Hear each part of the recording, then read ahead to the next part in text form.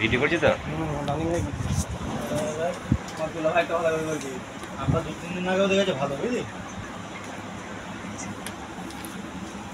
এই যে আর ভাত খাবি না? ইয়ারো চলো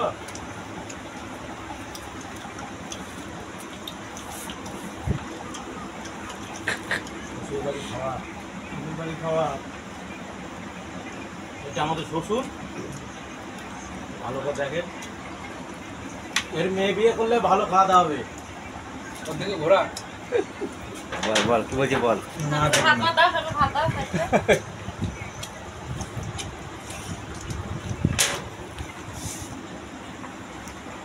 জিয়ারকে ভাত দিলে না তো ঘুমিয়ে যাবে তো ওর বিরাজ কথা বলছ বিরাজ যায় না ও যখন মনে এখন ঘুমাবে ইয়া 11টা 11:30 12টা আগে তেল দিয়েছো কত